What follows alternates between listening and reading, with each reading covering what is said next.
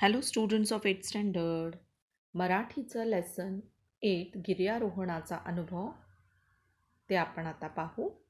इथून आपला भाग 2 सुरू होत आहे. तर अर्धवार्षिक परीक्षेनंतर किंवा हाफ इयरली एक्झाम नंतरचा हा फर्स्ट लेसन असणार आहे. याचे लेखक आहे रमेश महाले. ते एक प्रसिद्ध लेखक. मुलांसाठी बालकथा व विज्ञान विषय यावर आधारित त्यांनी खूप सारी पुस्तके लिहिलेली आहे. जळगाव व नाशिक आकाशवाणीवरील विविध व्याख्यानात भाग घेतात ते. आणि त्यांच्या पक्ष्यांची दुनिया या पुस्तकास मराठी विज्ञान परिषदेचा तसेच साहित्य परिषदेचा पुरस्कारही त्यांना मिळालेला आहे. सन 2008 साली विज्ञान, 2011 साली अंतराळातील स्टेशन व 2013 ते 14 साली चला अंतराळात या पुस्तकांस राज्य शासनाचा उत्कृष्ट वाङ्मय निर्मिती पुरस्कार त्यांना मिळालेला आहे. म्हणजे खूप सारे पुरस्कारसुद्धा त्यांना मिळालेले आहे. गंगोत्री येथे गिर्यारोहणासाठी गेलेले विद्यार्थी तेथे उद्भवलेल्या ढगफुटीच्या आणि भूस्खलनाच्या आपत्तीत यात्रेकरूंना मदत करून माणुसकीचे दर्शन कसे घडवतात याचा वस्तुपाठ या पाठात पाहायला मिळतो. प्रस्तुत पाठ किशोर दिवाळी अंक 2014मधून घेतला आहे. तर हा एक सुंदर असा लेसन आहे. कारण आता आपण बघतो की नेहमी उत्तर जे भारत मानला जातो, जिथे म्हणजे मोस्टली वातावरण जे असतो तो नेहमी कसा असतो, ढगाळ असतो आणि इतका पाऊस वगैरे येतो की ज्याला आपण उत्तराखंड हा भाग म्हणतो, तिकडे नेहमी बर्फबारी पण होत असते. तर असाच एक अनुभव ज्याच्यामध्ये खूप सारे लोक अडकलेले असतात आणि कसा काय एक मुलं कसे काय त्यांना मदत करतात याचा हा एक दर्शन दाखवणारा हा एक धडा आहे. तर आपण बघूया. आणि प्लीज सगळ्यांना रिक्वेस्ट आहे की चॅनलला सबस्क्राईब करा आणि जास्तीत जास्त शेअर करा. शिव अनुजा नावाने हा चॅनल आहे, ज्याच्यावर तुम्ही हे सगळे लेसन्स, त्यांचे क्वेश्चन आन्सर्स आणि एक्सप्लेनेशन बघू शकता. तर चला आपण आता बघूया. शाळेला सुट्टी लागणार होती. ईशान विचार करत होता की ही सुट्टी कशी घालवायची. व्हिडिओ गेम खेळून त्याला कंटाळा आला होता. मित्रांबरोबर रोज क्रिकेट, फुटबॉल आणि बॅडमिंटनही खेळता येऊ शकणार होते. शिवाय त्याच रोमांचक कथा वाचण्यात त्याला विशेष गोडी नव्हती. आता जेव्हा ही सुट्ट्या लागतात तर मुलांना प्रश्न पडतो की आपण आपली सुट्टी कशी घालवायची आहे ना. कोणी खेळायला आवडतो, कोणाला खेळायला आवडतं, कोणाला स्टोरीज बघायला. आजकाल तर मोस्टली मोबाईलवर गेम खेळणे हा एक आवडता म्हणजे विषय झालेला आहे मुलांना. पण तसाच हा एक मुलगा होता ईशान, आणि तो विचार करत होता की आता सुट्टी लागल्यावर मी काय करायचं. कारण त्यालासुद्धा व्हिडिओ गेम खेळून कंटाळा आला होता आणि त्याला असं वाटायचं क्रिकेट, फुटबॉल, बॅडमिंटन दररोज आता म्हणजे वेकेशन्समध्ये कसे खेळायचे. कारण मोस्टली मुलंसुद्धा गावाला निघून जातात किंवा वेगळ्या याच्यात आपल्या सुट्ट्या घालवतात. तर त्याला प्रश्न पडला होता की आपण कसं काय करायचं. कारण आता स्टोरी वाचायलासुद्धा त्याला आवडत नव्हते. तर तो काय करतो आता आपण बघू. ईशान विचार करू लागला, यावेळी सुट्टीमध्ये काहीतरी नवीन करावे, काहीतरी असे केले पाहिजे की सर्व कंटाळा नाहीसा होईल. परंतु बराच विचार करूनही त्याला सुट्टी घालवण्याचा योग्य पर्याय सापडत नव्हता. आता तो बसून विचार करत होता की मी नवीन काय करू की माझी सुट्टी छान जाणार आणि मला बोर पण होणार नाही. तर त्याला काय वाटतं की मी आता कसं काय प्लॅन करत होता तो, आणि तेवढ्यात त्याला दिलासा मिळणारी घटना घडली. त्याला उत्तर काशीच्या गिर्यारोहण संस्थेकडून आपल्या कॉम्प्युटरवर एक ईमेल प्राप्त झाला. तोच ईशानच्या मित्रांनाही पाठवण्यात आला होता. गिर्यारोहण संस्थेने त्यांना आपल्या एका मोहिमेमध्ये सहभागी होण्याचे आमंत्रण पाठवले होते. तर तो विचारच करत होता, एवढा त्याला एक ईमेल आलेला की, आणि तोच ईमेल त्याच्या मित्रांनासुद्धा गेलेला की आता आपण उत्तर काशी इथे गिर्यारोहणासाठी जाणार आहोत, किंवा एक संस्था आहे ज्यांनी हा गिर्यारोहण म्हणजे ट्रेकिंगचं एक प्लॅन केलेला आहे. त्याच्यामध्ये यांना ईमेल पाठवला गेला आहे की तुम्ही या संस्थेकडून सहभागी होऊ शकतात. तर त्याला खूप आनंद झाला हा निमंत्रण बघून. वास्तविक ईशानला गिर्यारोहणाचा विशेष छंद होता. ही त्याची हॉबी होती. गिर्यारोहण करणे म्हणजे ट्रॅकिंग करणे किंवा पर्वतारोहण म्हणतात ना आपण, जेव्हा माउंटेनिअरिंग वगैरे करणे, त्या गोष्टीत त्याला खूप आवड होती. गिर्यारोहण आता त्याचा छंद राहिला नव्हता, तर त्याला वेड लागले होते. त्याने आपल्या शहरातील एका प्रसिद्ध गिर्यारोहण संस्थेत आधीच प्रवेश घेतला होता आणि उत्कृष्ट प्रशिक्षणातून त्याला गिर्यारोहणातील बऱ्याच बारीक-सारीक गोष्टी समजल्या होत्या. त्याचे अनेक मित्रही याच संस्थेत गिर्यारोहण शिकत होते आणि त्यांनी ईशानबरोबर पहाडावर अनेक प्रशिक्षण कार्यक्रमात भाग घेतला होता. आता हल्ली आपण बघतो की खूप मुलांना ट्रेकिंगचं पण खूप आवडतो, की कुठे छोट्या-छोट्या डोंगरावर चढून जाणे. तर त्यांना एक विशेष छंद वाटतो. तर असंच हा ईशान होता. त्याने आणि त्याच्या मित्रांनी मिळून हा प्रशिक्षणसुद्धा घेतलेला होता. गिर्यारोहण अनुभव खरोखर रोमांचक होता. आकाशाला स्पर्श करणारे उंच पहाड, विशालकाय खडक, हिरव्यागार घाटी आणि वेगाने वाहणाऱ्या स्वच्छ पाण्याच्या पहाडी नद्या ईशान आणि त्याच्या साथीदारांना साथ घालत होत्या. तर अशा खूप सारे त्यांनी गिर्यारोहणात भागसुद्धा घेतला होता. तर त्याला खूप रोमांचक वाटायचं, खूप आनंद वाटायचं हे सगळं बघायला, पर्वतांवर चढायला, तिथून झरे वगैरे, नद्या वगैरे निघणाऱ्या, त्यांचा उगम, हे सगळं त्याला बघायला खूप आवडत असे. तर त्यांना जेव्हा संधी मिळेल तेव्हा ते आवश्यक उपकरणे आणि सामानाची बॅग घेऊन गिर्यारोहण करायला जात असत. तर त्याने गिर्यारोहण खूप वेळा असं केलेला होता. उत्तर काशीच्या गिर्यारोहण संस्थेचा संदेश वाचल्यावर ईशान फारच खुश झाला. त्याने लगेच निमंत्रणाची माहिती आपले मित्र धैर्य, प्रशांत, अमन आणि सक्षम यांना दिली. सर्वच मित्र फार खुश झाले. ते जणू सुट्टीत पहाडावर जाण्याची वाटच पाहत होते. शाळेला सुट्टी लागण्यापूर्वीच त्यांना पहाडावर जाण्याची तयारी सुरू केली होती. तर जसा निमंत्रण ईशानला भेटला तसं त्याच्या मित्रांना भेटला आणि त्यांना वाटत होतं की यावेळेस आपण कशी आपली सुट्टी घालवायची. तर खूप सारे मित्रांनी ही तयारीसुद्धा करून ठेवली होती. शाळेला सुट्टी लागल्याबरोबर सर्व मित्र टॅक्सीने ऋषिकेशहून उत्तर काशीला पोहोचले. वाटेत उंच उंच पहाड पाहून ते फार रोमांचित झाले. आता त्यांचा हा सफर सुरू झालेला आणि सगळे मित्र मिळून टॅक्सीने ऋषिकेशहून उत्तर काशीला पोहोचले आणि सुंदर असं वातावरण ते बघत होते. गिर्यारोहण संस्थेच्या आपल्या साथीदारांना भेटल्यावर ईशान आणि त्याचे मित्र खूप उत्साहित झाले होते. सर्व मित्रांनी मिळून माउंटेनिअरिंगच्या सहाय्याने उत्तर काशीहून गंगोत्रीला जाण्याचा निश्चय केला. तर त्यांनी आता ठरवलं की सगळे मित्र भेटले आणि त्यांनी मिळून माउंटेनिअरिंगसाठी त्याच्या सहाय्याने उत्तर काशीपासून गंगोत्रीला जाण्याचा त्यांचा निश्चय पक्का केला. तर इथे बघा हे चित्र आपल्याला दिले आहे गिर्यारोहणचे. गिर्यारोहण सुरू झाले. उंच पहाडावर गिर्यारोहण करणे काही सोपे काम नव्हते. आता छोट्या मोठ्या पहाडावर तर नेहमी ते जायचे, पण आता उंच पहाडावर ते चढणार होते. अनेक तासांच्या कठीण आणि थकवणाऱ्या चढाईनंतर शेवटी ते गंगोत्रीला पोहोचले. तर खूप तास असे प्रयत्न करत ते गंगोत्रीला पोहोचले. ईशान आणि त्याचे साथीदार गंगोत्रीला पोहोचल्यामुळे फार उत्साहित झाले होते आणि ते आपला सर्व थकवा विसरून गेले होते. परंतु गंगोत्रीला पोहोचल्यानंतर त्यांनी जे पाहिले ते काळजाला घर पडणारे दृश्य होते. पहाडामधून आलेले ढग अकस्मात फुटले आणि गंगोत्रीवर भीषण हाहाकार माजला होता. आता ते मुलं सगळे मिळून गंगोत्रीला पोहोचून गेले, पण वातावरण चांगलं नव्हतं. त्यामुळे गंगोत्रीला पोहोचल्यावर त्यांना एकदम प्रतिकूल असा दृश्य दिसला.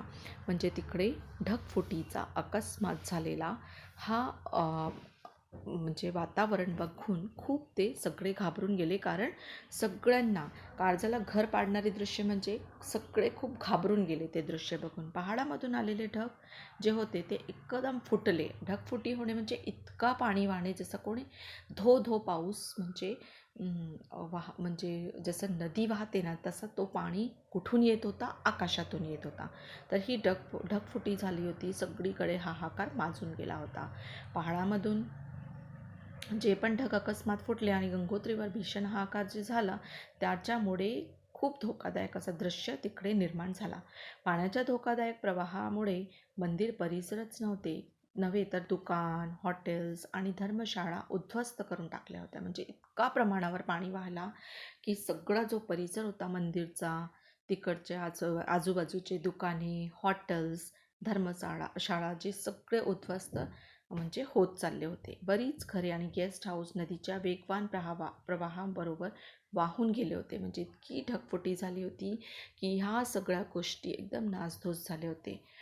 या भीषण तांडवामध्ये बरेच लोक मृत्युमुखी पडले होते. नदीने रौद्र रूप धारण केले होते. बघा आता ते गेले तिकडे तर त्यांनी काय बघितले, हॉटेल, धर्मशाळा सगळे उद्ध्वस्त झालेले आणि जे नदीच्या इतका प्रवाह होता की त्याच्यामुळे खूप लोकंसुद्धा वाहून गेले होते आणि खूप लोक मृत्युमुखी पडले. म्हणजे खूप लोकांची डेथसुद्धा झालेली होती. या तांडवात आपल्या आप्तेष्टांना गमावल्यामुळे लोक स्फुंदन रडत होते. स्फुंदन रडणे म्हणजे खूप खूप ढासळून रडणे असे ते रडत होते. भूस्खलन झाल्यामुळे ठिकठिकाणी अनेक तीर्थयात्री अडकले होते. ते बिचारे चारधाम यात्रा करायला निघाले होते आणि या वेळेला खूप सारे लोक चारधाम यात्रा करायला निघालेले होते. ते सुद्धा आता ह्या दुर्घटनेत अडकले होते. परंतु येथे त्यांना सर्वस्व गमवावे लागले होते. ईशान आणि त्याच्या साथीदारांनी पहाडावर हे सर्व पाहिले तेव्हा त्यांच्या अंगावर काटे आले आणि गिर्यारोहणाचा सर्व उत्साहच नाहीसा झाला. तर एवढी मोठी जेव्हा दुर्घटना त्यांच्या डोळ्यासमोरून घडत होती किंवा घडून गेली ते बघून ते सगळं त्यांचा जो पण गिर्यारोहणाचा जो एक उत्साह होता तो एकदम नाहीसा झाला. कारण इतका खराब असा दृश्य बघून त्यांनाचा धीरच मात्र तुटून गेलेला. ईशान आणि त्याचे साथीदार ही परिस्थिती मूकपणे पाहू शकत नव्हते. आता एवढी खराब परिस्थिती होती की त्यांना वाटलं की आता आपण मूकपणे पाहून म्हणजे गुपचूप पाहून आता याच्यात काहीच अर्थ नाही. आपण त्यांना काहीतरी त्यांच्यासाठी केले पाहिजे असं त्यांनी ठरवलेले. अचानक तिथे भुकेने व्याकुळ झालेले एका मुलाने आपल्या वडिलांकडे बिस्किटांची मागणी केलेली ईशानने पाहिले. वडिलांनी जेव्हा दुकानदाराला बिस्किट पुड्याची किंमत विचारली तेव्हा तो म्हणाला, बिस्किटांचा एक पुडा 100 रुपयांना मिळेल आणि पाण्याची बाटली 200 रुपयांना मिळेल. बघा म्हणजे माणुसकी तर तिकडे नाहीशीच झाली होती की कारण एक मुलगा जेव्हा आपल्या वडिलांकडून बोलत होता की मला बिस्किट आणि पाणी पाहिजे तेव्हा त्याचे वडील एका दुकानात जातात आणि जेव्हा ते बिस्किट आणि पाण्याची बॉटलची किंमत विचारतात तर दुकानदार एकदम जसं त्याची माणुसकीच नाहीशी झाली तर बिस्किटाचा पुडाची किंमत 100 रुपये आणि पाण्याची बॉटल 200 रुपये सांगत होता. बघा बरं म्हणजे इथे आपण बघतो की एक तर दुर्घटनेने व्याकुळ झालेले लोक आणि वरून माणुसकी नाही झालेले लोक ह्या दोघी गोष्टी आपल्याला इकडे बघायला मिळत आहे. दुसरा एक हॉटेल मालक जेवणाच्या थाळीची किंमत 2000 रुपये वसूल करत होता. बघा तर ईशानने या सगळ्या गोष्टी पाहिले की जिथे असं वाटत होते की मदत करण्याऐवजी लोकांना लुटत आहे ही गोष्ट तिथे घडत होती. दुकानदारांची ही मनमानी पाहून ईशान आणि त्याचे साथीदार हैराण झाले होते. ते विरोध करत दुकानदाराला म्हणाले, काका ही तर सरळ लूटमार आहे. 5 रुपयात मिळणाऱ्या बिस्किट पुड्याची किंमत 100 रुपये आणि 15 रुपयांच्या पाण्याच्या बाटलीची किंमत 200 रुपये कशी काय असू शकते. तर मुलांनो तो माणूस म्हणत आहे, तो दुकानदार म्हणत आहे, मुलांना तुम्ही आपले काम करा. इथे पहाडावर वस्तू याच भावाने मिळतात. ज्याला गरज वाटेल तो खरेदी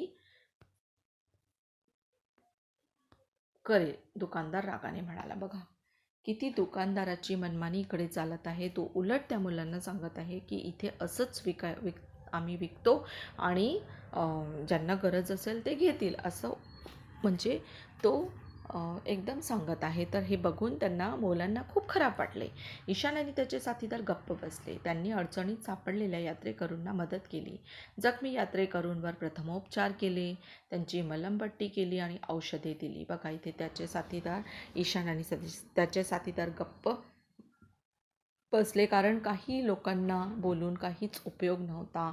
जे चांगले लोक होते ते चांगलेपणाच दाखवणार होते आणि लुटणारे लुटणारच होते. ह्या गोष्टी त्यांना कळून गेलेल्या म्हणून ते आपोआप गुपचूप बसून या लोकांची मदत करण्यात त्यांनी सुरुवात केली. तर प्रथमोपचारचे काम केले त्यांनी. लोकांना मलमपट्टी केली, औषधे दिली, हरवलेल्या यात्रेकरूंचा शोध घेण्यासाठी त्यांनी मदत केली. भुकेल्या मुलांना आपल्याबरोबर आणलेली फळे, बिस्किटे, पाण्याच्या बाटल्या दिल्या. म्हणजे आता या मुलांकडे जे पण काही होतं खाण्यापिण्याच्या वस्तू आणि पाणी वगैरे त्यांनी त्या लोकांना दिलेले. संध्याकाळ झाली होती. ईशानला आता खूप भूक लागली होती. त्याच्या साथीदारांनाही भूक लागली होती. त्यांना विश्रांतीची गरज जाणवत होती. पहाडाच्या कडेला एक हॉटेलसारखे घर दिसल्यावर ते मोठ्या आशेने घर मालकाकडे गेले आणि म्हणाले, काका, आम्हाला खाण्यासाठी थोडे अन्न आणि रात्रभर मुक्काम करण्यासाठी एखादी खोली देऊ शकाल?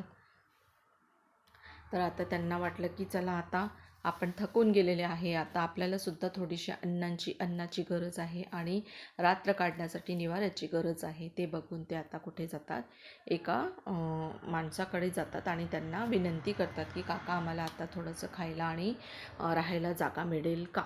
तर तो माणूस काय म्हणतो की हो, परंतु जेवणासाठी 10,000 आणि खोलीचे भाडे 15,000 रुपये द्यावे लागेल. बघा, इथे सुद्धा आपल्याला काय दिसतं आहे की इतका अमानुषकीचा व्यवहार करताना लोक दिसत आहे.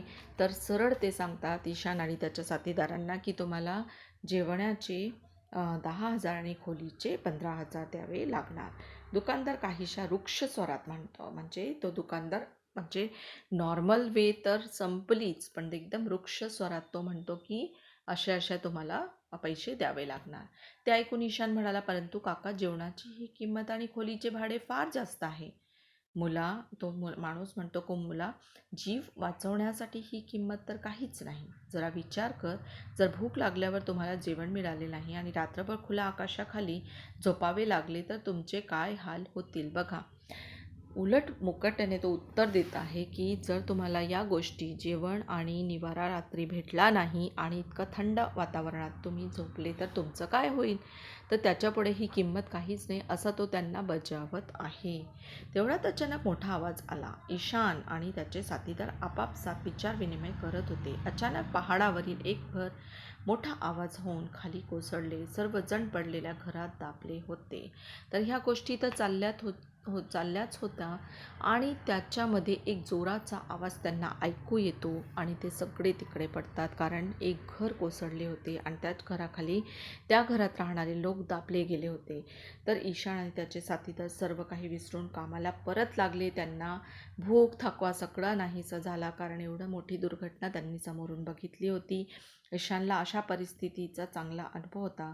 त्याने गिर्यारोहण संस्थेत पहाडावरून खाली पडलेल्या लोकांना बाहेर काढण्याचे खास प्रशिक्षणसुद्धा घेतले होते. तो जाड व मजबूत दोराच्या सहाय्याने खाली उतरला आणि अडकलेल्या त्या सर्वांना बाहेर काढले. तर एवढा मोठा धाडस या मुलांनी दाखवलेला, कारण त्यांच्याकडे प्रशिक्षण होते. त्यामुळे मोठ्या जाड अशी दोरीच्या सहाय्याने ते खाली उतरतात आणि लोकांना तिकडून काढतात. ईशान व त्याच्या साथीदारांना ती रात्र पहाडावर घालवावी लागली. त्यांनी आपल्याबरोबर नायलॉनचा तंबू आणला होता. त्या आधुनिक तंबूत त्यांनी कोणतीही गैरसोय झाली नाही. पहाडावर झालेल्या दुर्घटनेची माहिती सेनेला मिळाली होती आणि हवाई दलाच्या हेलिकॉप्टरांनी बचाव अभियान सुरू केले होते. तर जेव्हा ही घटना घडत होती तेव्हा ह्या घटनेची माहिती म्हणजे सैनिकांना सुद्धा देण्यात आली होती आणि सैन्याचे, हवाई दलाचे लोक येतात आणि बचाव अभियानसुद्धा सुरू केलेला जातो. सकाळ झाल्यावर ईशानने व त्याच्या मित्रांनी आसपासच्या जंगलातून लाकडे गोळा करून आणली व त्यांना आग लावली. त्यातून खूप धूर झाला. हा हवाई दलाच्या हेलिकॉप्टरसाठी एक संकेत होता. योगायोगाने एक हेलिकॉप्टर धूर पाहून खाली आले व पहाडाच्या वर घिरट्या घालून लागले. हवाई दलाच्या जवानांनी पहाडावर अडकलेल्या यात्रेकरूंना, ईशान व त्याच्या साथीदारांना पाहिले. ईशान व त्याच्या साथीदारांनी यात्रेकरूंना हेलिकॉप्टरपर्यंत पोहोचवायला हवाई दलाच्या जवानांना मदत केली. बघा, जेव्हा ह्या सगळ्या दुर्घटना घडत होत्या त्यावेळेला हवाई दलाला ही माहिती मिळते आणि हे ईशान आणि त्याचे साथीदार काही लाकडे गोळा करून एक संकेत म्हणून ते आग जाळवतात की ज्याच्या धूरमुळे हेलिकॉप्टर आणि सैन्यांना मदत होणार. हवाई दलाचे जे सैन्य असते ते लवकरच येतात आणि लोकांना मदत करतात. त्याच्यामध्ये ईशान आणि त्याचे साथीदारी मदत करतात आणि हवाई दलाच्या हेलिकॉप्टरने सर्वांना सुरक्षित ठिकाणी पोहोचवले होते. हवाई दलाच्या अधिकाऱ्यांना जेव्हा ईशान व त्याच्या साथीदारांचे बहादुरीचे कार्य समजले तेव्हा त्यांनी सर्वांची प्रशंसा केली. एवढेच नव्हे तर त्यांनी या मुलांना वीरपदक मिळावे म्हणून राष्ट्रपतींकडे शिफारस केली. तर जेव्हा हवाई दलाच्या जे अधिकारी असतात तेव्हा जेव्हा त्यांना कळतं की ईशान आणि त्याच्या साथीदारांनी खूप खूप मदत केली आहे लोकांना, तर ते त्यांना खूप धन्यवाद देतात आणि राष्ट्रपतींकडे शिफारस करतात की यांना वीरपदक मिळावे. तिकडे ईशान आणि त्याचे साथीदार पहाडावर झालेल्या दुर्घटनेनंतर सुरक्षित घरी पोहोचले तेव्हा ते फार खुश झाले होते. गिर्यारोहणाचा हा अनुभव त्यांच्यासाठी कायम स्मरणात राहणारा होता. म्हणजे इतका सुंदर हा लेसन आहे की जिथे आपण बघतो की किती माणुसकी होती ह्या मुलांमध्ये, की त्यांनी खूप सुंदर असे काम केले होते. गिर्यारोहणमध्ये ते गेले होते फक्त आपल्या सुट्टी घालवायला, पण त्यांनी किती मोठे धैर्याचे काम तिथे केले होते ही घटना आपल्याला दाखवत आहे. हा सुंदर असा एक लेसन आहे. तर इथे आपल्याला शब्दार्थ दिले आहे. गिर्यारोहण म्हणजे पर्वत चढणे, घाटी म्हणजे लहान घाट, काळजाला घरे पडणे म्हणजे प्रचंड दुःख होणे, रौद्ररूप म्हणजे भयानक, स्फुंदून स्फुंदून म्हणजे हुंदके देऊन असे रडणे, भूस्खलन म्हणजे जमीन खचणे, हलणे किंवा दबणे, अंगावर काटे येणे, प्रचंड भीती वाटणे, मनमानी करणे म्हणजे मनाला वाटेल तसे वागणे, हैराण होणे म्हणजे त्रासून जाणे. तर मुलांनो, हा खूप सुंदर असा लेसन आहे. तर आपण ह्याच्यापासून शिकले पाहिजे की आपल्यामध्ये माणुसकीसुद्धा खूप महत्त्वाची आहे. जर आपल्याकडून झाले तेवढी आपण लोकांना म्हणजे मदत करायला हवी. ज्यांना गरज असेल त्यांना, अशा गरजूंना आपण मदत केली तर आपण खूप चांगले आपल्या जीवनात काही घडवून आणतो. तर हा खूप सुंदर लेसन आहे. याचे क्वेश्चन आन्सर आपण नेक्स्ट व्हिडिओमध्ये बघू.